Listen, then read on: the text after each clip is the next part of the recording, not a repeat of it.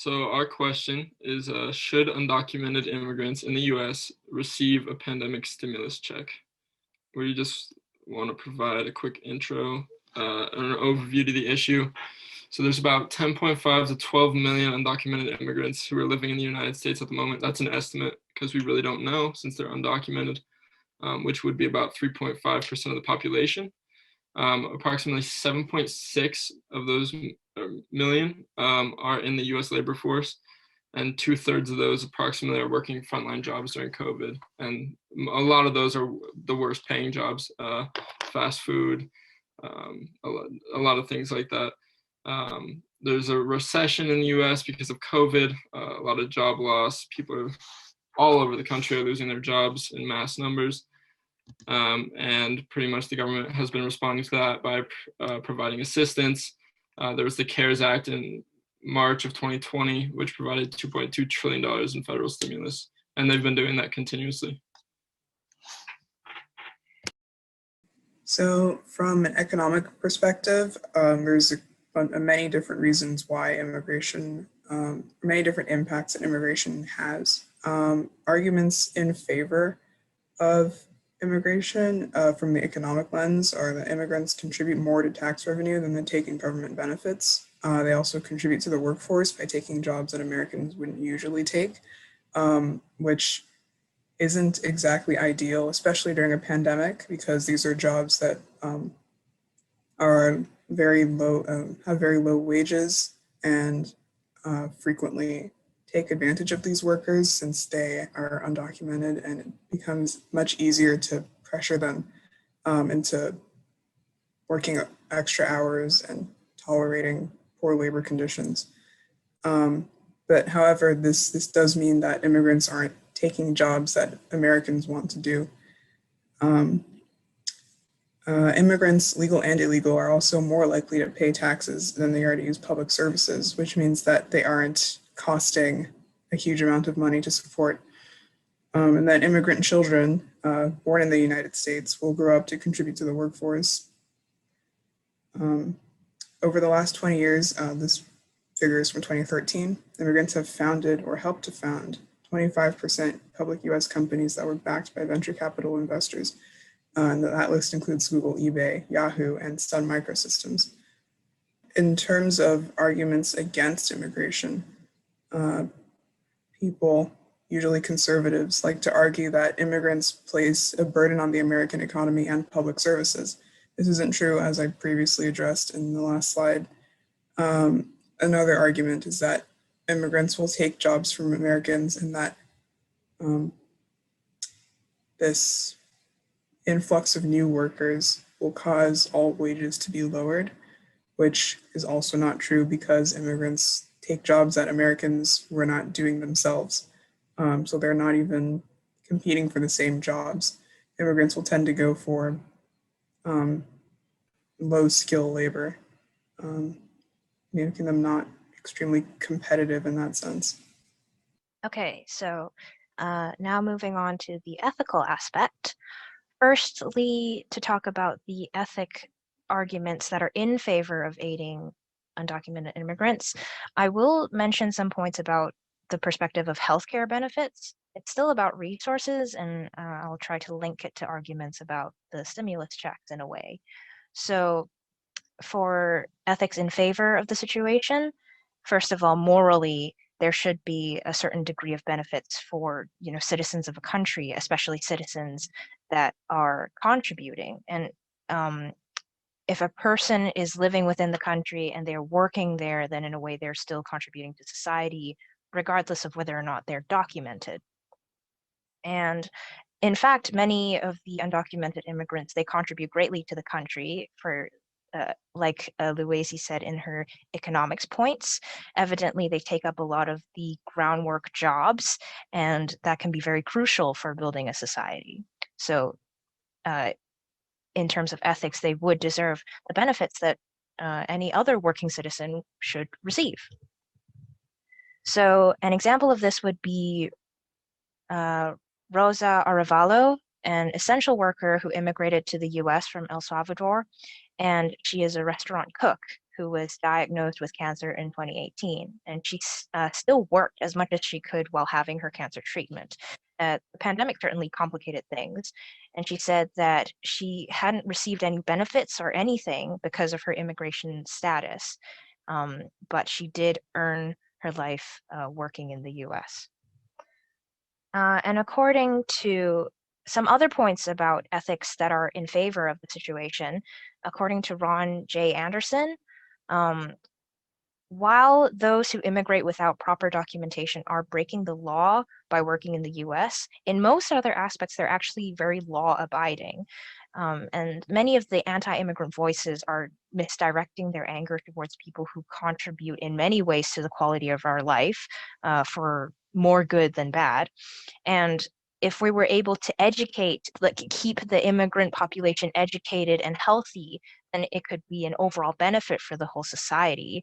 And so in a way, we need to find a unique solution for this issue and not sort of pit immigration policy and basic citizen benefits against each other. So now moving on to the ethical arguments against providing aid. According to a report called The Integration of Immigrants into American Society, there's an argument that undocumented immigrants do not need healthcare benefits, for example. And so from that report, it had points such as how immigrants had better infant, child, and adult health outcomes while also having less access to welfare benefits. Immigrants live about 3.4 years longer than native-born Americans. The overall per capita healthcare spending was 55% lower for immigrants than for native-born Americans.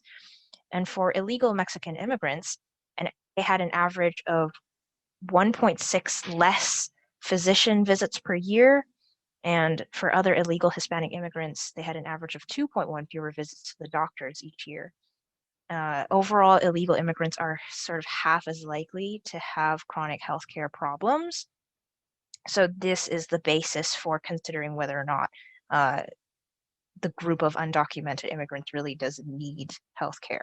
And so then the second part of the ethics against providing aid is the argument that immigrants come to America primarily for the economic opportunity and not for the government health insurance.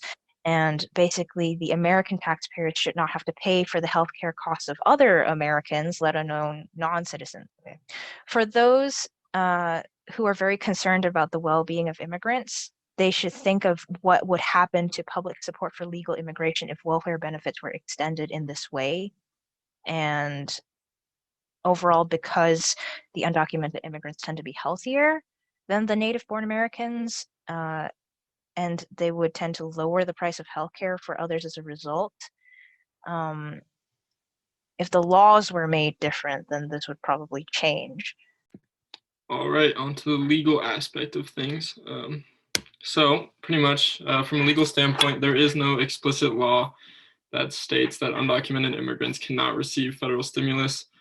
The way that stimulus has been provided over the past year is through the use of Social Security numbers, which are not distributed to undocumented immigrants, and therefore they have not received any over the past year. However, also, stimulus has been going to mixed families, which are families that have both a legal and an undocumented resident. And so through that circumstance, undocumented immigrants are receiving stimulus. Senator Ted Cruz recently in Congress attempted to propose an amendment to shut this down so that mixed families would not receive stimulus. That was voted down. So pretty much the issue of whether or not an undocumented immigrant can receive federal funds just comes down to the lawmakers who are creating the stimulus bill.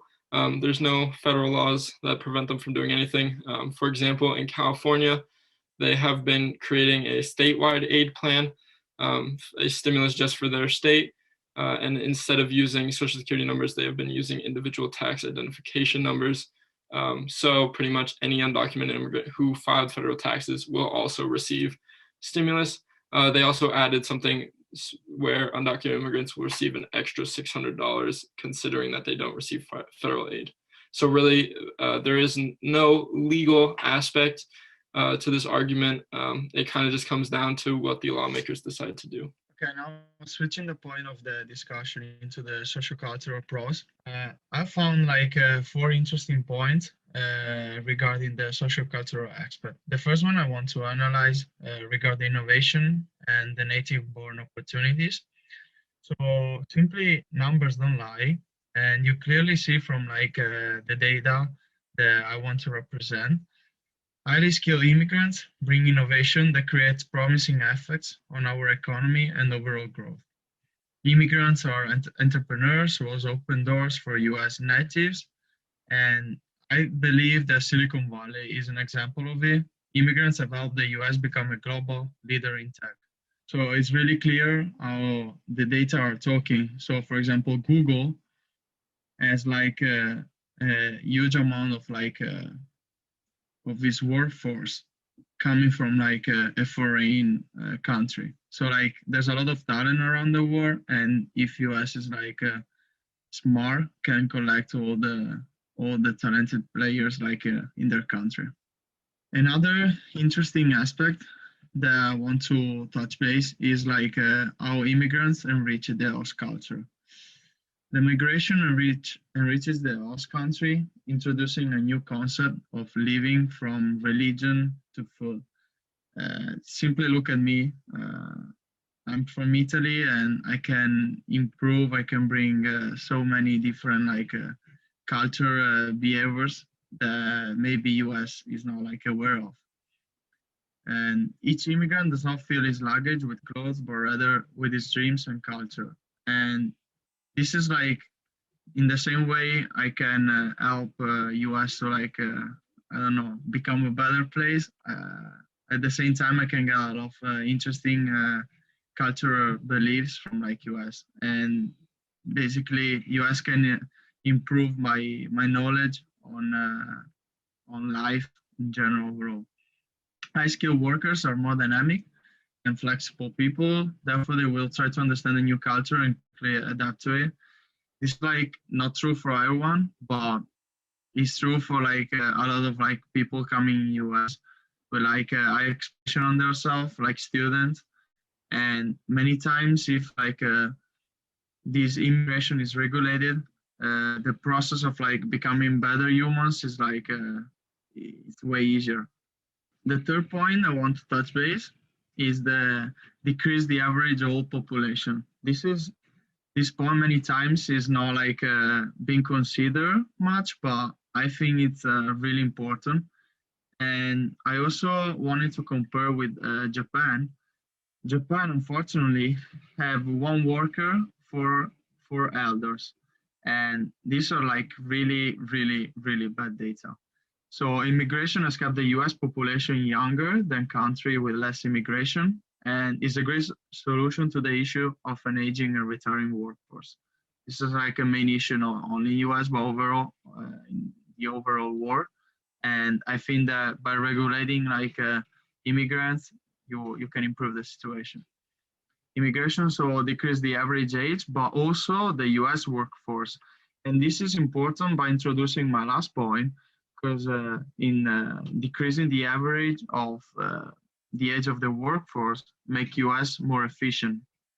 And this is my last point, is making US more efficient. In fact, according to what Ao, a professor of sociology in Krieger School of Arts and Science at Johns Hopkins, said, given the same backgrounds, children of immigrants are actually more likely to follow the best trajectory leading to positive early adult outcomes.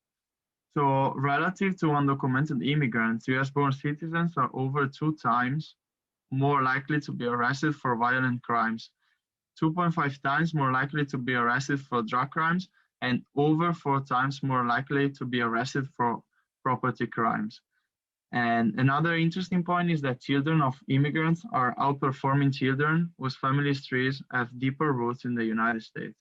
So it follows that regulate immigrants lead to more educated generations, and thus positively affecting the environment of a country. Okay, I'm going to be doing the social cultural aspects and cons for providing aid. Providing aid sets a dangerous precedent. The United States should not reward illegal immigrants for breaking our laws by providing them with stimulus. This act would send the message America is willing to support those who enter our country illegally. This message would likely cause illegal immigration to increase, which creates socio-cultural problems.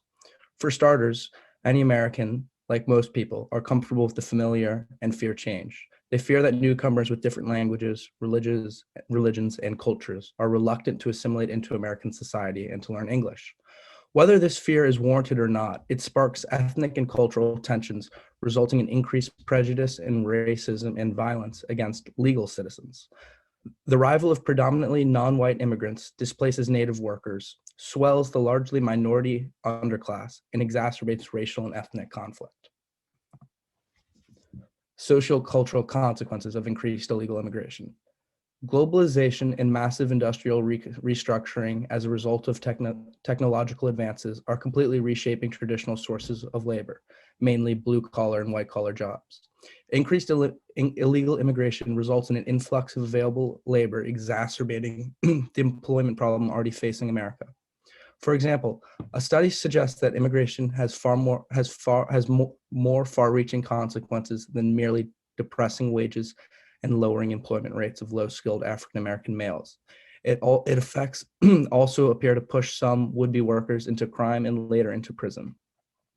Increased illegal immigration could drive vulnerable communities into the ground, rising crime rates in low-income cities and neighborhoods.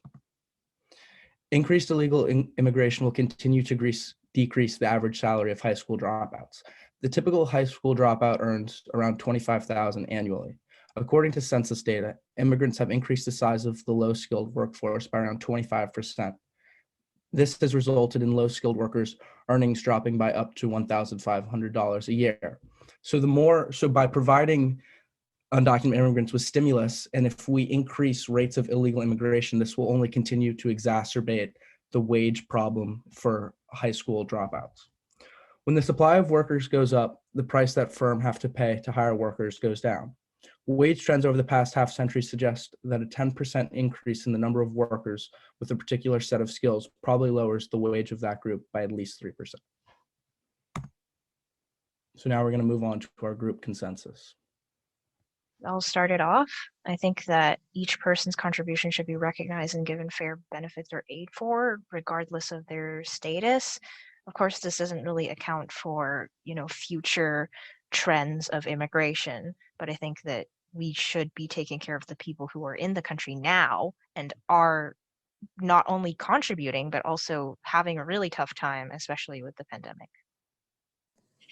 Similarly, I think it's beneficial to provide aid to immigrants regardless of legal status, because I think the U.S. government very much can afford it.